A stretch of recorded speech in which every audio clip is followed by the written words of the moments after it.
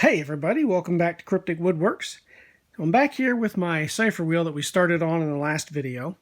And when we left off, I was going to start cleaning up these letters to get all the dust out of them, and then go on to cutting out the octagon.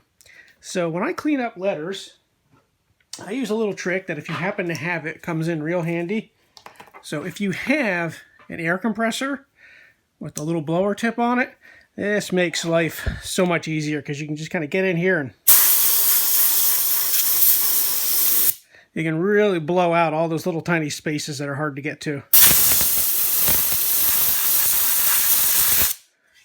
And you can see where my W is coming up, so that's one I'll have to make sure I seal down well again.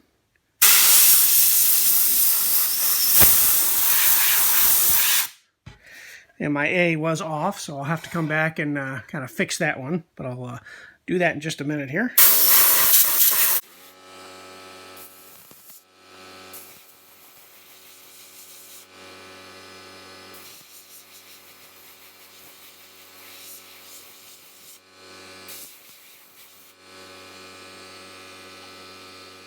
Of course, if you have a compressor, the motor is bound to cycle on, so you just have to deal with that.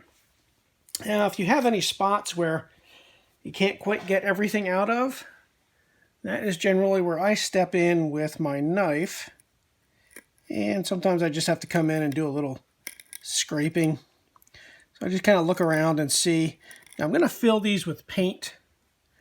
So if there's a tiny bit of dust in the bottom, it won't really matter overly much because, the paint's just going to completely cover it. But I want to try to make sure I don't have any chunks or anything else in my way in any of the letters or numbers on here.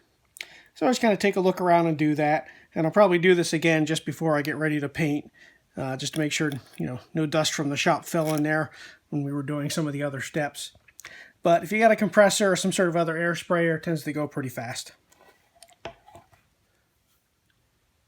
So the next step then is we want to make this octagon shape that I think makes these look really nice. Now I played around with a lot of different techniques to try and cut these over the couple of years and finally came up with one that for me works pretty well.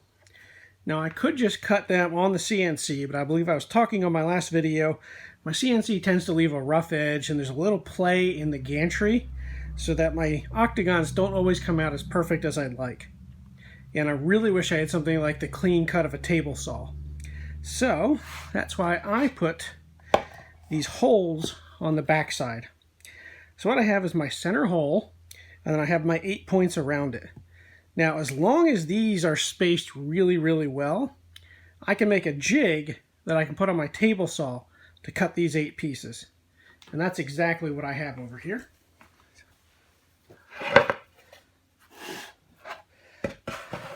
So I have this jig,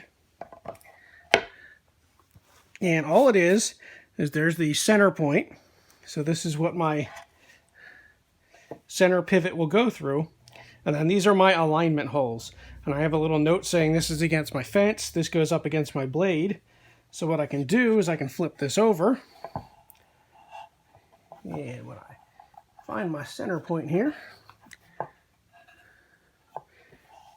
where are you?